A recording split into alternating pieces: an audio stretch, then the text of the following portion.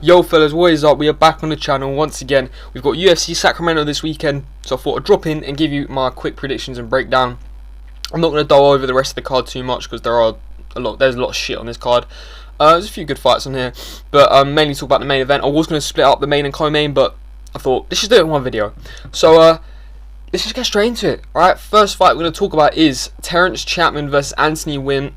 Anthony Wynn, if you watched the Contender Series last week, was actually the main event of the Contender Series last week. Got a 30-second TKO over, what was his name, Matt Adams? I could be wrong. Anthony Wynn is explosive. I mean, look at the guy. The guy is he's built like a shithouse, yeah? The guy's massive. I mean, he's only 5'11", so not hugely tall for heavyweight at all, but explosive, powerful.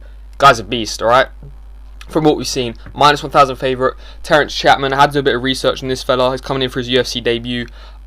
He's a bit of a blob. He's fought blobs. It's just, I think there's going to be another victim of Anthony Wynn's little run he's going on. The guy's, you know what I mean? This is going to be an easy one for Anthony Wynn. You can see here, minus 1,000 favourite. It's going to be an easy one for Anthony Wynn. Anthony Wynn is going to destroy Terrence Chapman. Moving on, we've got Maurizio. I don't know. Either way, alright. Either way, guys. Alright, we've got Maurizio Barbosa versus Ryan Coos. Maurizio Barbosa is actually not coming off of, what's the word? He scored one of the craziest knockouts of the year. If you haven't watched it, search up Barbosa's knockout versus Bazooka. Bazooka's the guy who just fought Bogdan Grad in the Serbia card. Nasty knockout. I think it was back in like April or May. Nasty knockout. One of the cleanest knockouts I've seen this year. I've watched it so many times. Barbosa, that was on his UFC debut. We know it from the regional scene as well. The guy's powerful. He's got a lot of experience. 17-2 already. Like I said, he's explosive. He's powerful. He likes to stand and trade, and that's how he got that knockout over Dennis Bazooka. Ryan Coos, again, one of these guys I had to do research on. It does feel like the UFC on this card were stringing together, struggling to string together a card here. Look, they're bringing guys like Terrence Chapman, Ryan Coos, and this fella off the regional scene last minute. This guy's not too bad, I'll get onto him, but Ryan Coos and Terrence Chapman, they're just not, UFC level, and they're bringing these guys on last minute just to try and put a card together. It just seems a bit pointless, but either way, Ryan Coos hasn't really fought anyone of note. He's 9-2, I'm pretty sure, his professional record. He's coming off 2 wins in a row. Bit of a decision merchant, but he did get a finish in his last fight. Again, he has a 41 goods, Ryan Coos. I'm going to get Maurizio Barbosa to get this one done. By finish here, again, nasty finish his first one. Let's go for 2 in a row for Maurizio Barbosa. Moving on, Chanel Dyer versus Elise Reed. Again, another big favourite here in Chanel Dyer, and I'm going to go with Chanel Dyer here. She's 1-0 in the UFC. Was she 2-0 in the UFC? She had a Contender Series fight. I think she's had one fight in the UFC. And I think Chanel Dyer is actually pretty good. I think she's fast, she's explosive, she's a good striker.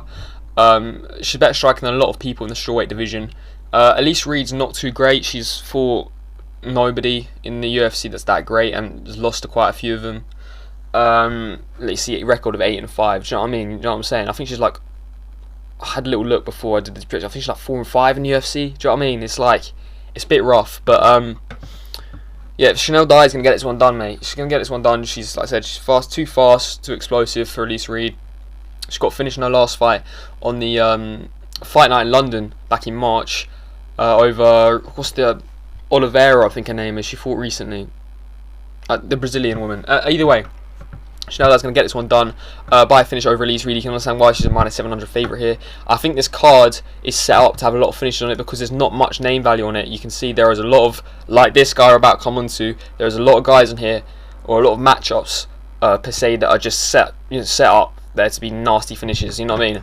Look at the, this matchup, this matchup, this matchup, this matchup. There's going to be finishes in probably all them 4 fights starting off. So we're going to get on to the main man of the card. Larian Douglas, mate, he's back after his crazy first round knockout win, over Julian Erosa back in March. One of the nastiest debuts I've ever seen. The guy knocks Julian Erosa down like 5 times.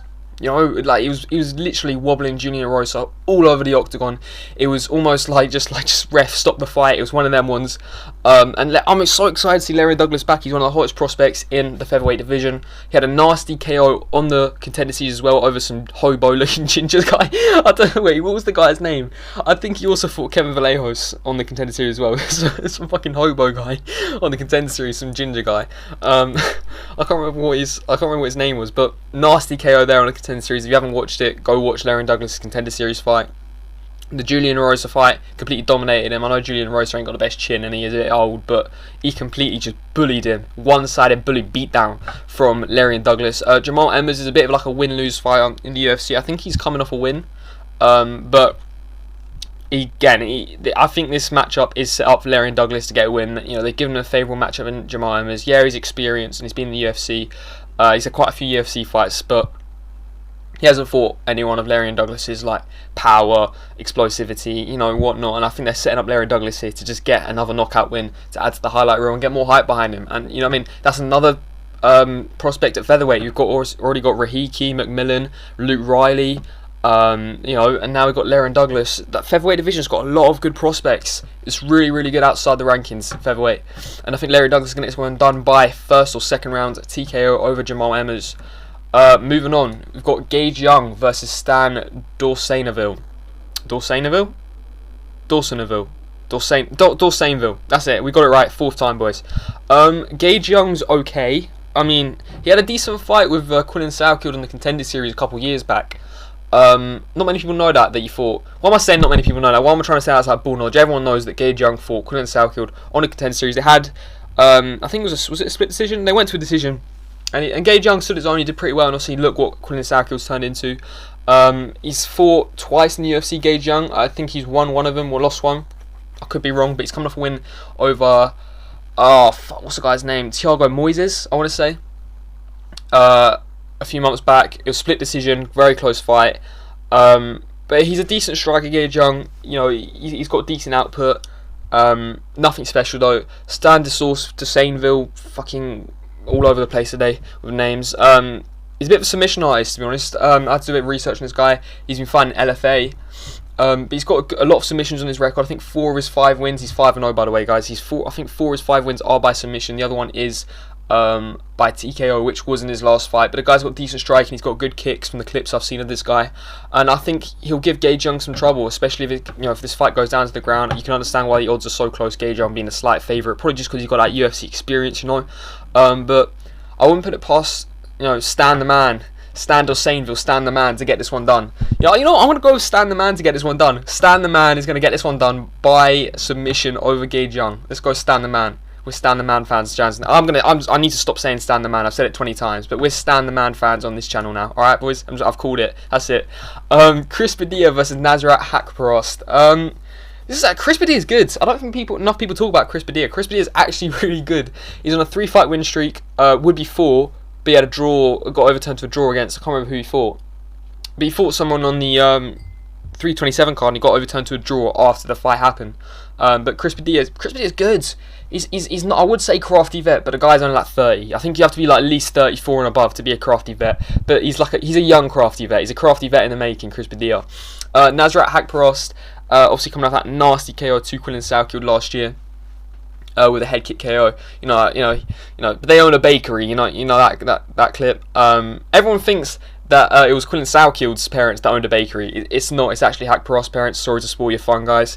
But Chris Padilla is good, and he's a good striking. He's got good fundamentals in the boxing. He can mix it up with the kicks as well. Haqparast was on a bit of a streak before the Quillen Salkeld fight. He was on like a 3-4 fight win streak. He was beating guys like Jared Gordon and I don't even know. But Jared Gordon's like nothing special. And that was a robbery as well. That was like a really close fight. And Jared Gordon, it was a close fight, but Jared Gordon clearly won that fight. And they gave it to Nasrat just because it was in like Abu Dhabi or some shit. But Nasrat's decent. He's got good fundamentals. Nasrat's one of them guys. If you're not outside the rankings, if you're not good, he will beat you. Chris Padilla's crafty though, and he's actually. I don't know. He's been in the whips. Is he a prospect? But he's not a crafty vet. But is he a prospect? He is 30. I don't know. But the guy's been very good in the UFC so far. Not enough people talking about Chris Padilla. I'm going to go with Chris Padilla to get this one done by decision here. I don't see him finishing Nasrat. I don't think he has the same kind of power or the same kind of like one-shot explosivity to a Quillen Salkill. But I think Chris Padilla will get this one done over 3 rounds, man. I think he'll get this one done over 3 rounds by decision. 30-27, Chris Padilla. The odds are really close. I think they should be a bit wider. But Jesus, boys. Where's Schultz versus Jackson McVeigh? Actually, they do look like Jesus, especially Jackson McVeigh. I didn't mean that, but they do. Where's Schultz versus Jackson McVeigh? I said it. I think I said it in a previous video. These guys literally look like they love yoga and love older women. The winner of this gets to teach the ladies aqua class tomorrow morning, boys. All right, he gets to teach the ladies aqua class. You know, fucking hell. This is actually such a bad fight. Neither of these two are that great. I mean, they're the same person. Fuck, who do I pick? They're both coming off wins, to be fair. They're both coming off submission wins. I think they've both lost their first UFC fight, they won their second. They've both had 2 fights in the UFC, I'm pretty sure. Wes Schultz is coming off a win against some random Aussie guy they added to the Perth card back in May. And then Jackson McVeigh is coming off a win to Cedric Dumas, but take it out what you will. So it's Cedric Dumas. Who hasn't beaten Cedric Dumas? Do you know what I mean? Everyone's beaten him. I might have beaten him. Who knows? I don't know. I probably have. I don't know. Everyone seems to beat that guy. Who knows? I'm gonna go with Jackson McVeigh here. I don't know. I'm just going to go with Jackson McVeigh. I actually don't know what to pick in this fight. I know, great analysis, boys. You're welcome. You only get it on the MMA Delay channel.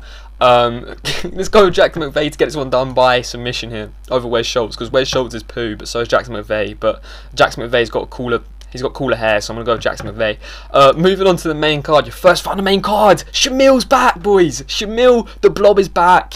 He's back. When was the last time we got a Shamil win? I think it's been like 2 years. So the last time we saw Shamil Gaziev get a win in the UFC. Who did he even beat? Was it Thomas Peterson, I think? Hold on, let me get a drink real quick, boys. And we're back. Yeah, Shamil versus Kennedy Nzechukwu. I'm going to go with Shamil Gaziev, boys. I think Shamil's going to make a holy what am I talking about? He's going to make an insane comeback after the back-to-back losses he's faced. But he's been fighting, Waldo and Brando Pericic. These guys are top 15, but Shamil's going to be holding it down outside the rankings. Do you know what I mean? Shamil's going to be holding it down. Just look at it. The guy's just cute. Look at him. That's future champ material right there. You know what I mean? Kennedy Nzechukwu, who did he fight last? Who did he fight? Was it the Volta Walker fight? Because I know he got heel hooked by Volta Walker, but I just feel like that might have been, you know what I mean, a while ago. I don't think that was his last fight. Fuck. I feel like he's fought since then. I might have to search this one up, boys. I know, this is bad. This is bad. Call me a casual, boys. We have we are searching up stats mid-video. Hold on, boys. Just do something else for a second. Well, bear with me. Look at Shamil's amazing man boobs or something. I don't know, boys. Just look at something. I'll search up who Kennedy Nzechukwu fought last, and he fought. He fought Marcus Buchecha, the jiu-jitsu guy. He fought him right at the end of last year and had a split draw with him. So that's not too great. That's not looking promising for Kennedy Nzechukwu. But I think Shamil's going to get this one done. I think Shamil will blob his way to a decision. I can see Shamil storming at him with punches. Kennedy getting a bit overwhelmed, and Shamil, he's actually pretty decent in the clinch just due to his size and in his stature. Shamil's pretty good in the clinch. I can see him clinching up against the cage, maybe getting takedowns, whatnot, getting his grappling going. Because he is a decent grappler, and when you got that big bold belly on you, you ain't going anywhere. So I'm gonna go with Shamil to get this one done by submission. Actually, I'll get Shamil by submission in the second round. I think he'll get his grappling going, get his wrestling going, and yeah, get him to the ground and get a submission win over Kennedy Nzechukwu. Moving on, why is this fight on the main card? We've got Carly Giudice versus Gisela Chavez on the main card, yeah, but we've got Larry and Douglas on the prelims. You know what I mean? You want to build your prospects, you put guys like Larry and Douglas on the main cards. You know what I mean? That's what they've done with guys like Tommy McMillan, guys with Mauro Nahigi. You put these guys on the main card. No one wants to see this fight. Either way, I'm going to break it down for you in about 10 seconds. Carly Giudice is okay. Gisela Chavez is decent. Gisela Chavez has had one fight in the UFC, and who did she even beat? I don't even know. But Carly Giudice is a massive favourite here, just I guess because she's got UFC experience. I'm going to go with Gisela Chavez here to pick the underdog here, pick this win, because Carly Giudice is alright, and I don't even know. What I'm just pissed off this is on the main card. Either way, Mason Jones fight week. Let's go. I love Mason Jones fight week. Mason Jones is always putting on bangers in the UFC. Coming off that win against Axel Soler, was it? Yeah, Axel Soler was his last fight. Banger. Before that, he fought. Who did he fought? Oki. Balaji Oki had a banger of a fight there. Had a decent fight of Jeremy Stevens as well. The guy puts on banger after banger after banger. And a lot of people have been complaining why maybe he's got matchup. Maybe this is a step down from Axel Soler. And maybe it is. But this guy's no pushover. Medeiros, he's no pushover. He's fought some decent guys in the UFC. I think he's got about 2 or 3 wins in the UFC. He's pretty decent. He's fought some decent-ish competition in the lightweight division. But Mason Jones, I think, is going to get this one done. If he can force a scrap out of Medeiros, which he always manages to do with his opponents, and he always wins. He thrives in the chaos, Mason Jones. He pushes a really high pace. He's got good cardio over the 3 rounds. We've seen it in the Axel Soler fight. He swarmed Soler in the 2nd and 3rd, and Soler couldn't keep up the pace. Same in the Oki fight. He recovered from getting hurt early. And just put the pace on him and got the finish. See, he always does struggle in the first round, Mason Jones. He always seems to get hurt and then recover. But he's good. It's fun to watch. I was expecting a bit of a higher quality opponent. Maybe he was calling for a top 15 fight. I was at least expecting maybe someone just outside the top 15, maybe like a former ranked lightweight, maybe like a. I don't even know. But this will be a good fight nonetheless. Mason Jones fight's always a good fight. Again, I'm sorry, boys. Who did this guy fight last? Miquel Mardos, because I feel like Medeiros, whatever his name is. He fought someone decent last. Who was it? Chris. Yeah, actually, this is the guy that fought Chris Padilla. This is it. Yeah, see, this guy's no pushover. Chris Padilla is half decent. This guy went to a draw with Chris Padilla, even though obviously it was overturned to a draw after the fight. But Mason Jones, he's gonna push a pace over 3. He might get hurt early like he always does, but he'll push a pace over 3. He's a decent favourite here, 2-8. He should be more in my opinion, and I think he's gonna get this one done by finish in the 2nd or 3rd round here. He's gonna push a pace, and Marco Medeiros is not gonna be able to keep up with it. Moving on, we've got your featured fight of the night, which is Reinier de Ridder versus Roman Dolidze. Reinier de Ridder making his light heavyweight debut in the UFC. Roman Dolidze fighting light heavyweight for the first time in a few years. I know he's been a light heavyweight before he fought Anthony Smith there, but he's been dropped down to middleweight recently. This has a potential to either be, it's somewhat intriguing because Reinier de Ridder moving up to what maybe should be his natural weight class, do you know what I mean? But this has a real potential to be boring. Roman Dolidze can sometimes be really boring. The CLD fight, it was quite boring. It just, Reinier de Ridder, if he decides to be on it, he can be quite entertaining. He's got really nice knees. He's really good in the clinch. He throws, he's got decent striking. When he's fit and hasn't had a tough weight cut, he can push a really good pace over 3 rounds as well. So this could be a really good fight or could be really boring. I do think this could be a bit of a boring fight, like a 29-28 decision. I'm going to go Reinier de Ridder in this one, boys. 29-28 decision here. I think this could be like one of them where they're up against the cage for a lot of the fight, crowds booing, one of them ones. We just had a banger with the Mason Jones fight. And then we've got to this, and then they're up against the cage, they're stalling, they're landing knees to the thigh, knees to the body, little punches to the head and the body, and we're kind of doing this for 3 rounds. But Reinier de Ridder's landing the bigger knees, he's landing the better shots on the outside before they clinch up, and he's working more in the clinch. I think this could be one of them. 29-28, Reinier de Ridder here, boys. Successful light heavyweight debut for Reinier de Ridder. We move on to your co-main event of the evening, Sergey Spivak, mate, versus Vitor Petrino. Who's Vitor Petrino sleeping with at the UFC to get this fight? The number 6 ranked heavyweight in the world, which I don't know why he's that high, but either way, that's the number 6 ranked heavyweight in the world in Sergey Spivak. And Vitor Petrino went to life and death with Steven Asplund, and I love Steven Asplund, you know what I mean? But he's not a top 15 heavyweight at the moment. He could be, but he's not at the moment. You know what I mean? And Vitor Petrino went life and death with him, got knocked down by him, got badly hurt in the first, and then his next fight gets the number 6 heavyweight. How does that work? I don't know. But then again, Sergey Spivak, Vitor Petrino, he's an athletic heavyweight somewhat, even though he doesn't fight like it. They want to try and push these athletic heavyweights in, I get it, but don't give him a Sergey Spivak, give him like a fucking, I don't know, an Ante Jalija or something like that, you know what I mean? Not even that. I don't even know, what's heavyweight looking like at the back of the rankings? Tai Bura, give him like a Tai Bura or some shit. I don't know. I'm going to go Sergey Spivak to win this one. I think Sergey Spivak's too crafty for him. Sergey Spivak, he's coming off a good win to Ante Jalija. in his last fight, and he actually fought really well. It's the best I've seen Sergey Spivak fight. He did, his boxing on the outside was really nice, really nice jab, lovely straight shots down the pipe. That 1-2 down the pipe was really nice against Ante Delija. He's good, working well in the clinch as well. Ante Delija couldn't land any real clean shots on him. He was keeping himself out of range. And Sergey Spivak, I think, will be too crafty of Vito Petrino. Vito Petrino does not have a good gas tank over 3 rounds. I mean, we saw it in the Stephen Asplan fight. The guy fades and dips in and out of working hard.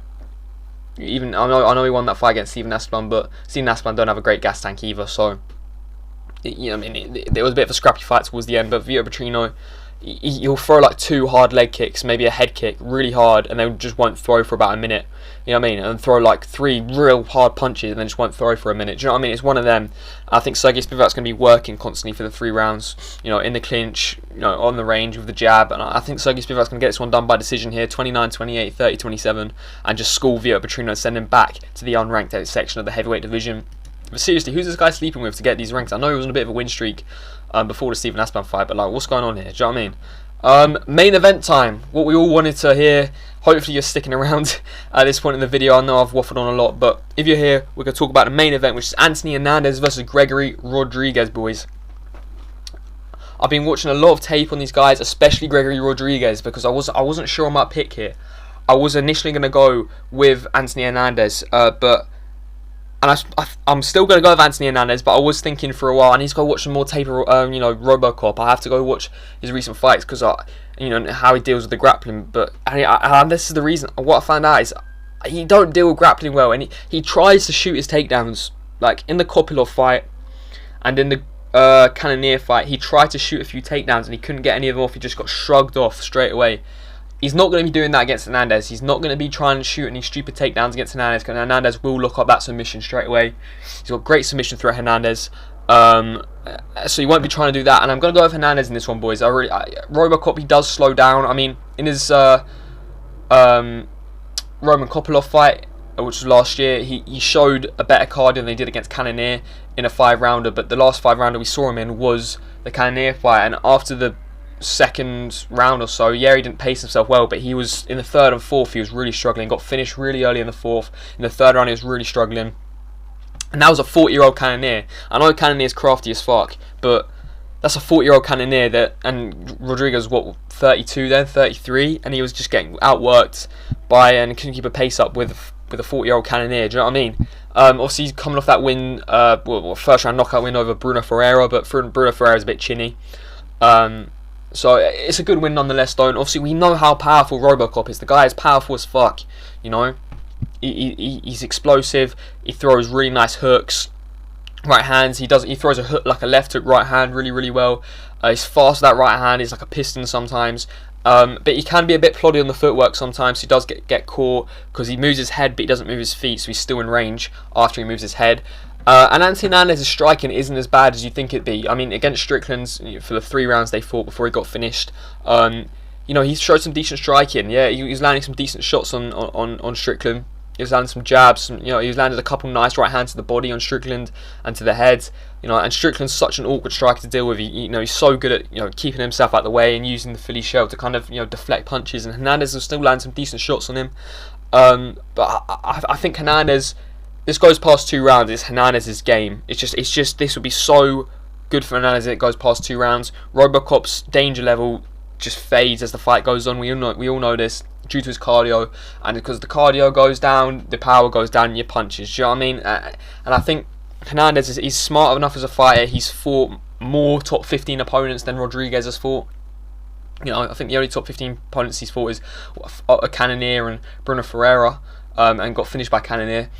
And Anthony Hernandez has a lot of experience. That Sean Strickland fight would have given him a lot of experience. He's now been training with Sean Strickland since their fight, and this is going to give him a lot of experience. And and I think he's going to get this one done over Gregory Rodrigues. I just think after 2 rounds, if he avoids the danger, he can just really push a pace on Gregory Rodrigues. We know he's got good. He's got good cardio, Fluffy Hernandez. He can push a pace in the grappling. And I think Gregory Rodrigues was getting taken down a little bit by Cannonier in their fight. And also he was getting outworked in the clinch. Hernandez is good in the clinch as well. I can see him taking down Rodrigues and getting a submission in the later rounds in the 3rd or 4th round, potentially. But he is weak to the body. Hernandez, we notice he is a bit, fluffy to the body. Hey, did you get the joke? No, it's not funny. I don't know why I said that. Either way, Rodrigues does like to target the body sometimes. In the Cannonier fight, before obviously he started to fade, he was targeting the body really well. First punching upstairs, then finishing with a shot to the body. He was doing it in the Kopylov fight as well. So we know Rodrigues probably maybe coming into a game plan of this to target the body early on. So Hernandez has got to be wary for that. But I think Hernandez will be smart enough to stay on the outside, shoot his takedowns well, and push a pace on Rodrigues and just force Rodrigues to keep getting back up from the takedowns. And I think he's going to get a submission here in the 3rd or the 4th round. I'm going to go Anthony Hernandez to get this win in the 3rd or 4th round by submission. I don't know what. Rear naked choke maybe. He'll get Robocop's back up against the cage and get a rear naked choke win. And yeah, that's my predictions for this card, boys. It's a bit of a weak card. I mean, there'll be some fun fights on here. It'll be one of them where it's a bit stop-start, I think. It'll be like one banger fight, one crazy scrap, then a bit of a boring one. Then it'll be a bit of a stop-start card. But it's okay, I guess. We could have had worse. But it is what it is, boys. Thank you for watching. Like, comment, subscribe if you enjoyed the video. I'll see you in the next one, boys. Peace.